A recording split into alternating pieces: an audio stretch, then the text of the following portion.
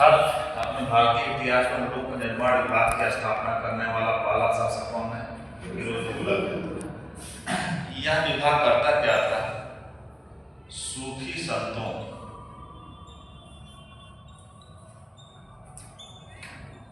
के मकबरों, सूफी संतों के मकबरों,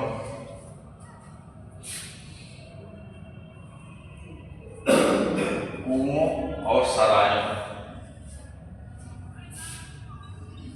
कुओं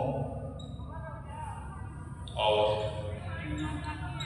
सरायों की मरम्मत करता था।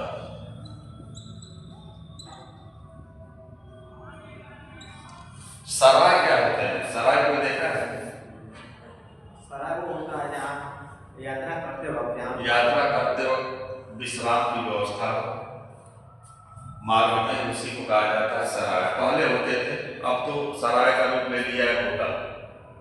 जैसे इस समय धर्मशाला होते हैं ना, कि धर्मशाला में जाओ एकदम नॉर्मल पैसा दे के रुक जाओ, तो सराय पहले जो राजाओं के समय में रोड पे बनते थे और उसमें एकदम नॉर्मल पैसा देने के बाद रुकने की व्यवस्था थी।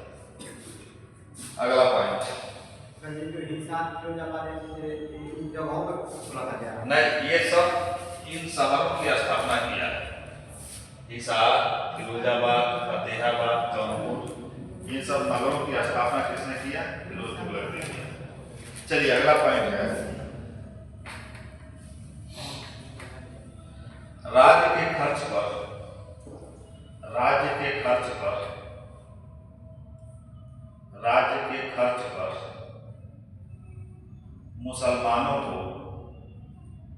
मुसलमानों को हज की यात्रा, राज्य के खर्च पर मुसलमानों को हज की यात्रा कराने वाला सल्तनत का प्रथम सुल्तान। राज्य के खर्च पर मुसलमानों को हज की यात्रा क्या होती है? मक्का मदीना की यात्रा। हज की यात्रा कराने वाला सल्तनत का प्रथम सुल्तान था। राज्य के खर्च पर मुसलमानों को हज की यात्रा कराने वाला सल्तनत का प्रथम सुल्तान था। एक क्वेश्चन बना दे कि वह कौन सा सुल्तान था जो राज्य के खर्च पे मुसलमानों को हज यात्रा कराता था? तो फिरोज तुगलक। अगला पॉइंट, इसके द्वारा कुतुब मीनार की मरम्मत एवं 5वीं मंजिल का निर्माण कराया गया। कुतुब मीनार की मरम्मत एवं 5वीं मंजिल का निर्माण कराया गया। दर्शक जानते हो क्या हुआ था? इसके शासनकाल में कुतुब मीनार में बिजली गिर गई तो कुतुब मीनार गिर गया, ध्वस्त हो गया, ऊपर 2-3 मंजिलें क्षतिग्रस्त हो गई। तो कुतुब मीनार में 4 मंजिलें थी। अब ये बनवाया तो क्या किया कि 4 मंजिल तो रिपेयर करा दिया और 1 मंजिल और बनवा दिया। यदि क्वेश्चन बहुत घुमा के पूछे कि कुतुब मीनार की 5वीं मंजिल का निर्माण किसने कराया? तो फिरोज तुगलक ने कराया। चलिए, इसके द्वारा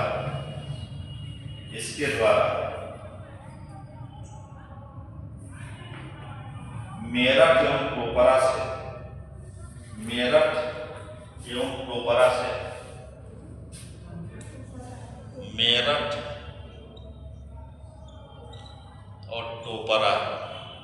टोपरा एक जगह है जो हरियाणा में है। जैसे मेरठ भी एक जगह है, अपने उत्तर प्रदेश का एक जिला है, उसी तरह से टोपरा हरियाणा का एक जगह है। इसके द्वारा मेरठ एवं टोपरा से अशोक के 2 स्तंभों को दिल्ली लाकर स्थापित कराया गया था।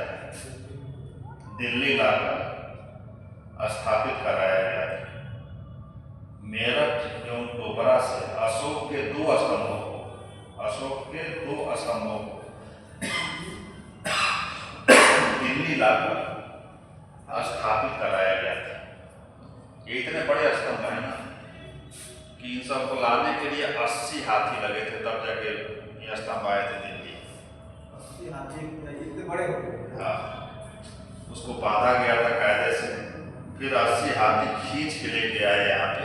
उस तरह का रास्ता भी तोड़ना चाहिए। तो रास्ता राजाओं के जमाने में क्या तुम्हारे खेत के रास्ते से लेके जाएंगे तो तुम विरोध करो क्या? ये तो राजतंत्र है।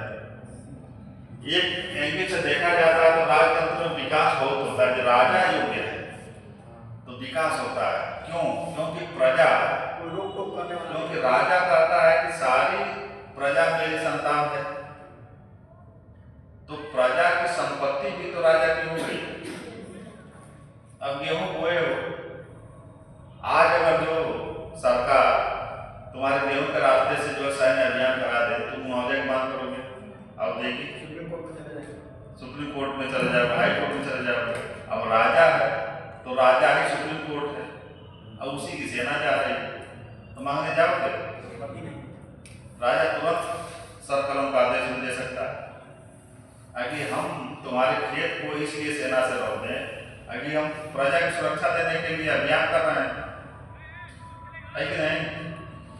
प्रजातंत्र में लोगों की सरकार होती है, तो इसलिए विकास से रिलेटेड जो चीजें होती हैं लोगों की अनुमति से होती है। लोग अपना हित देखते हैं। और राजतंत्र में क्या है? राजा का ही सब कुछ है, तो राजा जहां से चाहे वहां से नहर निकाल दे, जहां से चाहे वहां से सड़क निकाल सकता है। चलिए, फिरोज द्वारा निर्मित स्थापत्य कौन कौन निर्माण कार्य कराया था?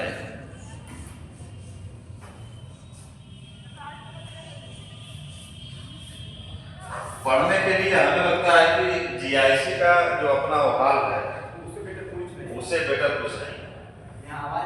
यहाँ पे आवाज भी पूछती है और ये सब कुछ ना कुछ प्रोग्राम होता ही रहता है। अब वहाँ पे ऐसा कुछ नहीं। चलिए, स्थापत्य गुजरी महल पहला इसका निर्मित स्थापत्य है जिसका नाम है गुजरी महल।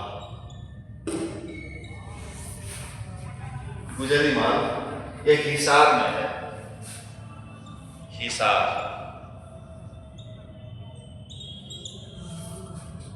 गुजरी महल का निर्माण अपने प्रेमिका के याद में कराया है। गुजरी महल का निर्माण यह अपने प्रेमिका के याद में कराया है।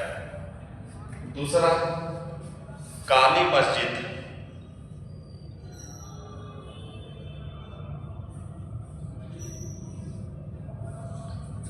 मस्जिद दिल्ली में है, जो फिरोज तुगलक द्वारा बनवाया गया। काली मस्जिद ब्लैक, हाँ। अगला, कला मस्जिद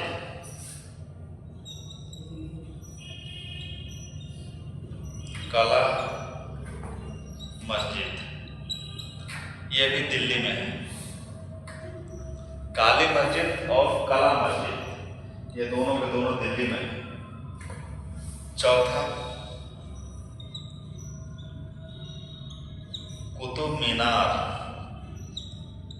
की 5वीं मंजिल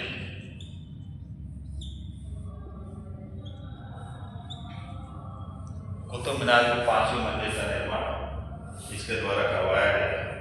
कुतुब मीनार में 4 मंजिल थे, 5वीं मंजिल का निर्माण कराया। चलिए, तुगलक वंश के परवर्ती शासक, अगला हेडिंग है तुगलक वंश के परवर्ती शासक, अर्थात फिरोज तुगलक के बाद वाले शासक।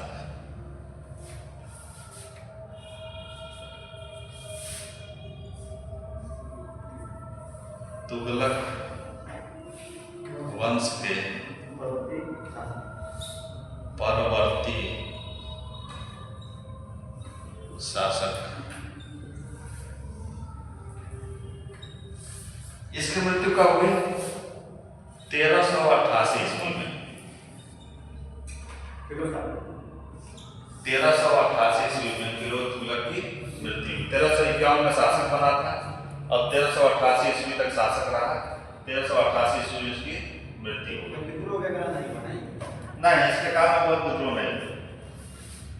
चलिए, जब ये मरा तो जो शासक बना 1388 से 1389, 1 वर्ष के लिए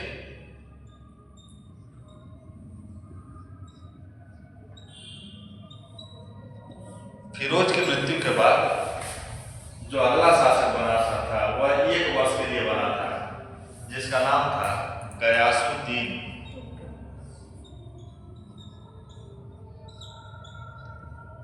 तुगलक द्वितीय।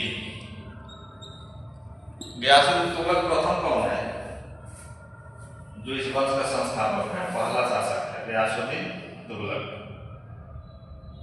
उसके बाद मोहम्मद बिन तुगलक, तब फिरोज तुगलक, तब चौथा शासक बन रहा है कौन? गयासुद्दीन तुगलक द्वितीय। 89 में इसको रिप्लेस करके अगला शासक बना अबू बकर। 1389 से 1390, 1 साल तक ये भी रहा। इसका नाम था अबू बकर।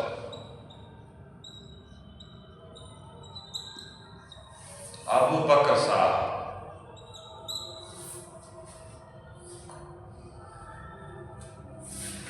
1390 से 1393, 3 वर्ष तक के लिए जो शासक बना उसका नाम था नासिरुद्दीन।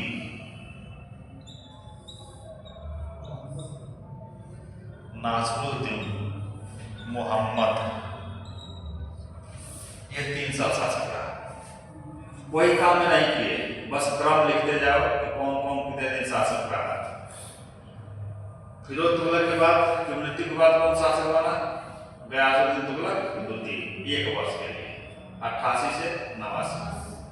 89 से 90 अबू बकर साहब और 90 से 93 नासिरुद्दीन मोहम्मद और 93 से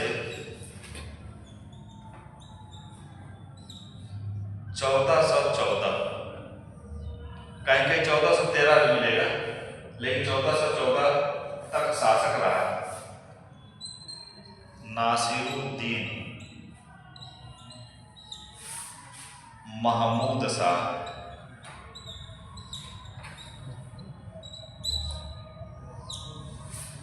और यही तुगलक वंश का अंतिम शासक था। इस्लाम कैसे हो गया?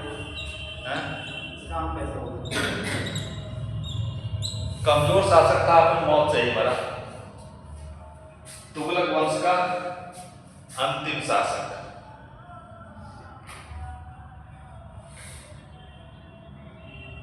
इस वंश का प्रथम शासक कौन है? गयासुद्दीन तुगलक।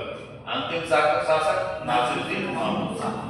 इसके शासक काल में एक बहुत इंपॉर्टेंट घटना घटी जो कंपटीशन के लिए बहुत महत्वपूर्ण होता है। तैमूर लंग का आक्रमण। इसी के शासन काल में फरगना के शासक, फरगना एक समरकंद का शासक था। समरकंद। और समरकंद कहाँ पे है? समरकंद मध्य एशिया में। समरकंद के शासक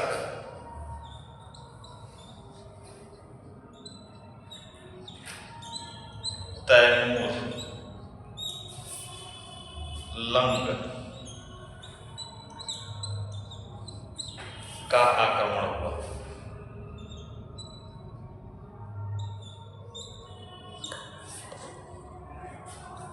कब हुआ था? 1398 ईस्वी में। वह दिल्ली को लूटा और वापस चला गया। तो यही क्वेश्चन पूछा जाता है, तैमूर का आक्रमण किस सन में हुआ था? 1398 ईस्वी में। उस समय दिल्ली का शासक कौन था? तो नासिरुद्दीन महमूद शाह। तो क्वेश्चन बनाते वंश का अंतिम शासक कौन है? आपका ऑप्शन में डाल दें। नासरुद्दीन मोहम्मद शाह और नासरुद्दीन महमूद शाह, इसमें बहुत कंफ्यूजन हो गया। यही इसीलिए जो है बहुत कंफ्यूजन, पीसीआर में क्वेश्चन बना चुका है,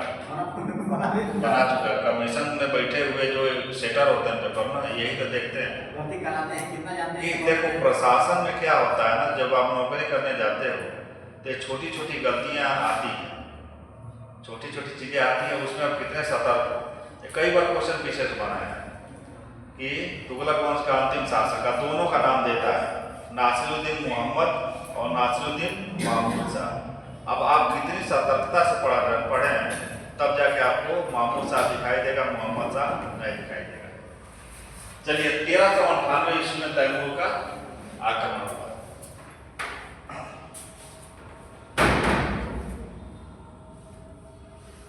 और जब इसकी मृत्यु हो गई 1414 ईस्वी में, तो एक व्यक्ति है खिज्र खां, खिज्र खां द्वारा 1414 ईस्वी में सैयद वंश की स्थापना की गई।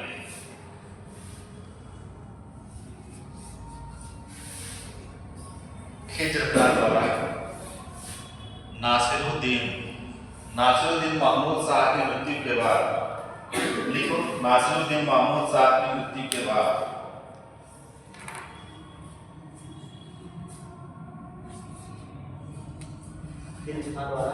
नासिरुद्दीन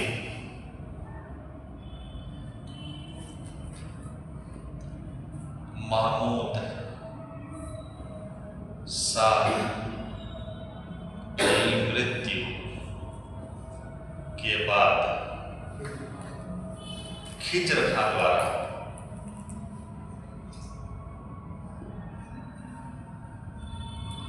सैयद वंश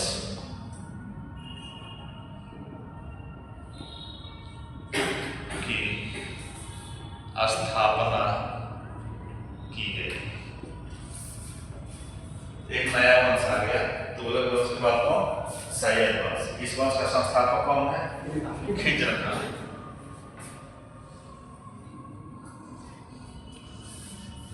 खिज्र खां 1414 से 1421 ईस्वी तक शासन किया। 1421 ईस्वी तक शासन किया, किंतु सुल्तान की उपाधि धारण नहीं किया।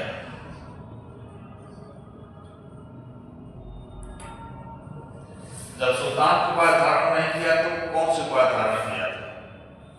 रैयत आला की उपाधि धारण किया था। हाँ, ये सुल्तान उपाधि धारण न करके रैयत ये आला की उपाधि धारण किया।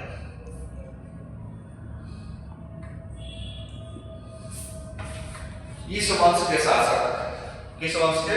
सैयद वंश के। इस वंश के शासक, इस वंश के शासक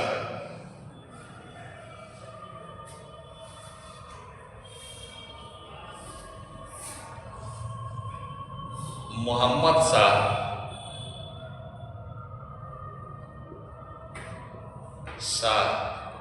इस वंश के शासक अपने को, इस वंश के शासक अपने को मोहम्मद शाह का वंशज मानते थे। मोहम्मद शाह का, कौन मोहम्मद शाह? अरे मोहम्मद शाह जो इस्लाम के संस्थापक है,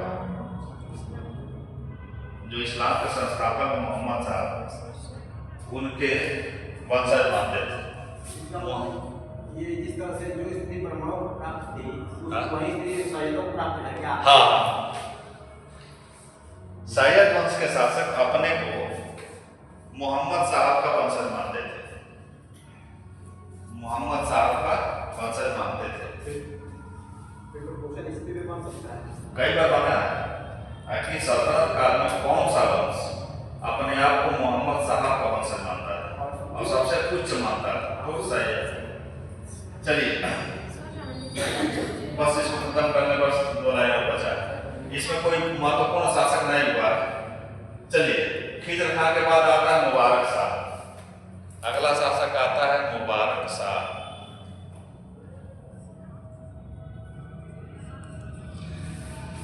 चौदह सौ 21 से 1434। देखो यहां से क्वेश्चन नहीं बनेगा, लेकिन मैं इसको लिखवा दे रहा हूं, एकदम क्रम डिसाइड रहे कि कौन किस क्रम में शासक बना। 1421 से 1434। अगला है, इसके बाद शासक बना मोहम्मद शाह।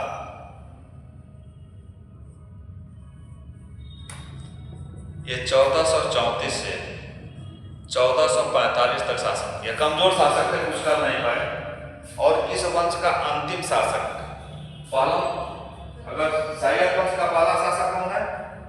खिजर खां संस्थापक। इस वंश का अंतिम शासक अलाउद्दीन आलम शाह।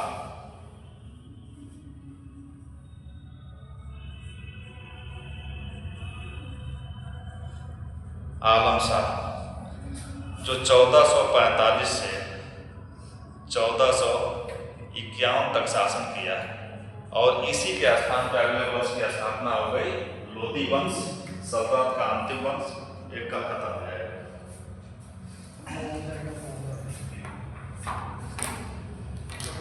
सल्तनत हाँ कल खत्म हो जाएगा, फिर मुगल शुरू होगा।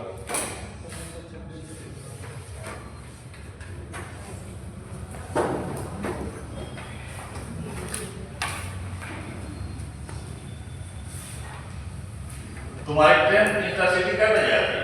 6:30। 6:30? तो फिर जाकर बैठोगी? हाँ, मैं जाएगा, फिर मेरी छोटी वाली बहन लाइब्रेरी यहाँ पढ़ती है ना। अच्छा। तो उसको लेके फिर उसके पास। वो किसकी तैयारी करती है? वो अभी 11th क्लास में। GIC में उसका एडमिशन करवाया। 6:30 में जब मिलती है यहाँ पे दवरिया में, लेट भी करती होगी।